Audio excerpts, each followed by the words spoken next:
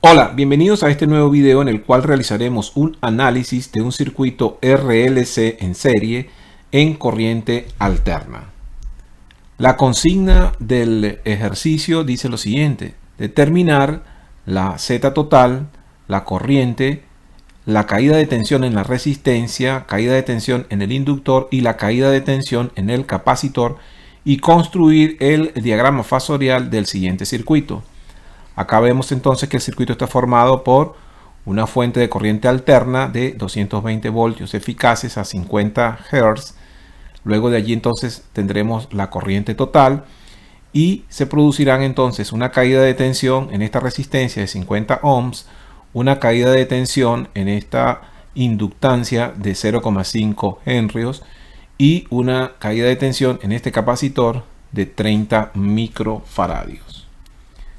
El análisis lo debemos comenzar con la ley de Ohm, recordando que esta establece que la corriente total de este circuito será la tensión de la fuente en forma fasorial dividido entre la impedancia total. Luego entonces, para obtener la impedancia total y luego poder calcular con ello la corriente, comenzamos por establecer que la impedancia total de este circuito será la suma de la impedancia en cada uno de los tres elementos: la resistencia, la inductancia y la capacitancia. En este caso tenemos entonces un valor resistivo de 50 ohms. Acá debemos calcular la reactancia inductiva y acá debemos calcular la reactancia capacitiva. Luego entonces podemos decir que la impedancia total podría ser entonces la parte resistiva R más, haciendo acá un factor común, el número complejo J, entonces tendríamos a XL menos XC dentro del paréntesis, lo cual nos resume la expresión de la impedancia total a ZT igual a R más JX. En este caso entonces la reactancia inductiva la podemos determinar por la expresión XL igual a 2pi por FL. Recordemos que F es la frecuencia del circuito y L es el valor de la inductancia del inductor.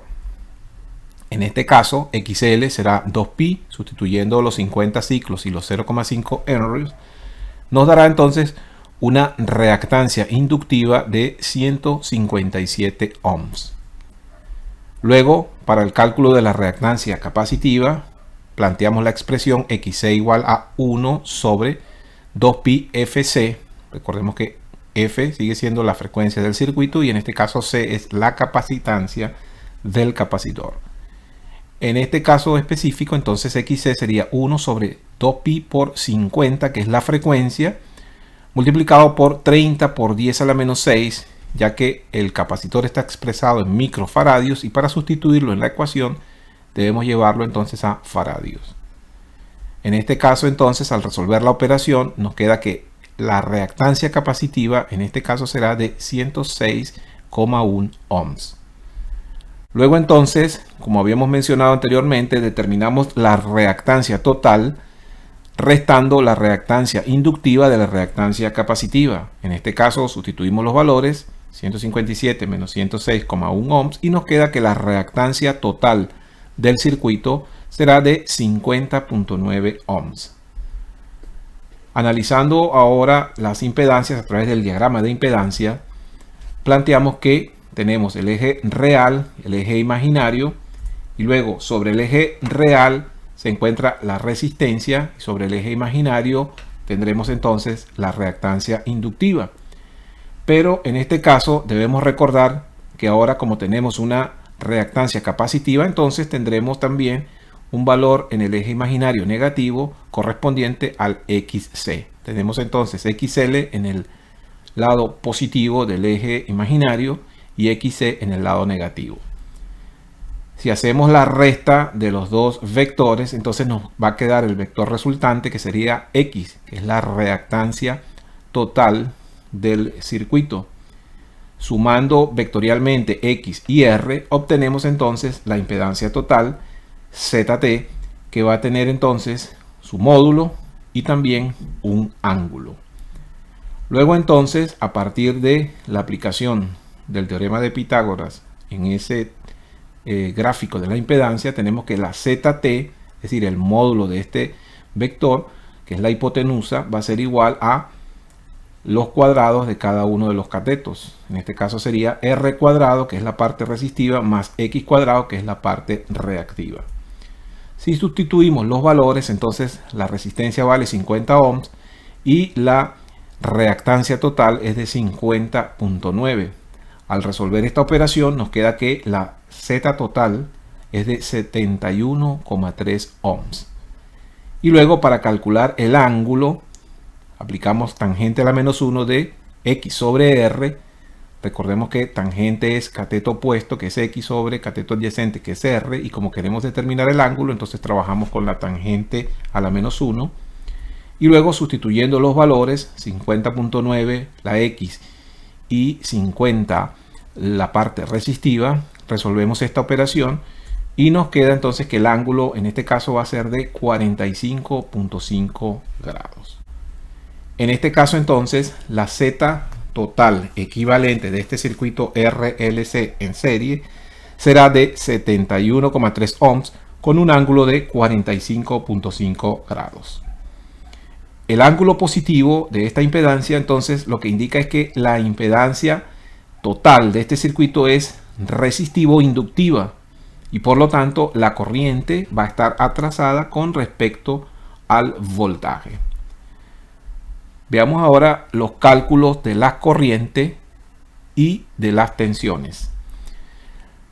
Como dijimos anteriormente, entonces tenemos la ley de Ohm en corriente alterna, luego sustituimos el valor de la fuente y el valor de la Z total, y al resolver esta operación, recordemos que al hacer una división de dos vectores, dividimos en forma polar, dividimos los módulos, 220 entre 71,3 nos da 3,08 amperes, y restamos los ángulos, menos 45.5 grados. Entonces la corriente total será 3,08 con un ángulo de menos 45.5 grados.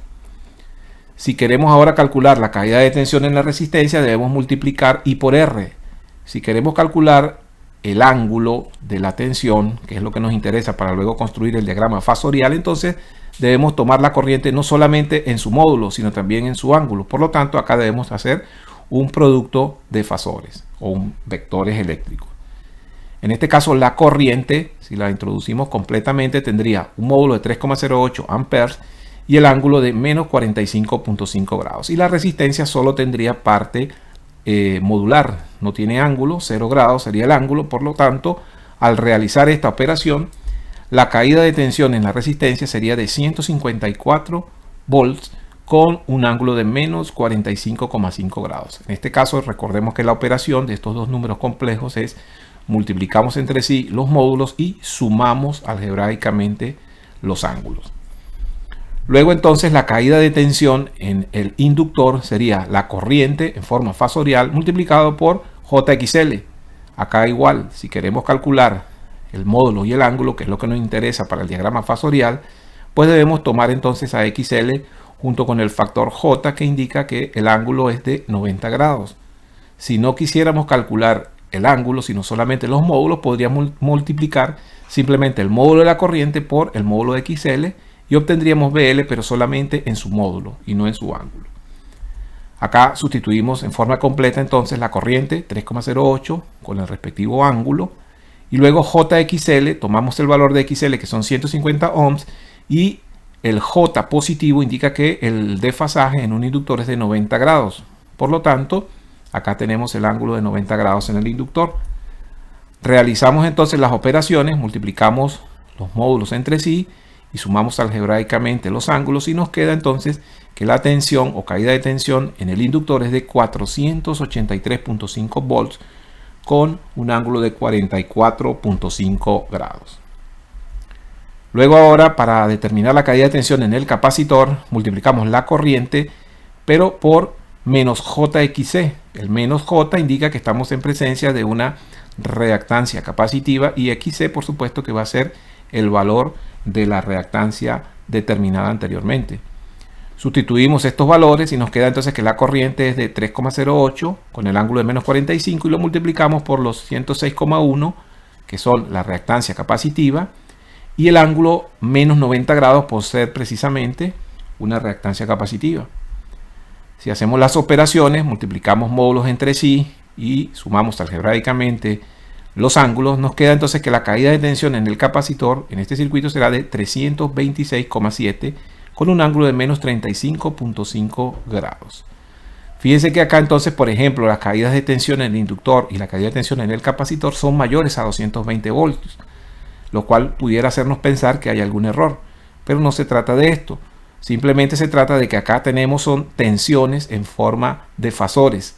Por lo tanto, la comprobación de estas tensiones, según la ley de Kirchhoff, va a ser la suma vectorial de BR, que es la caída de tensión en la resistencia, VL, caída de tensión en el inductor, y de VC, que es la caída de tensión en el capacitor.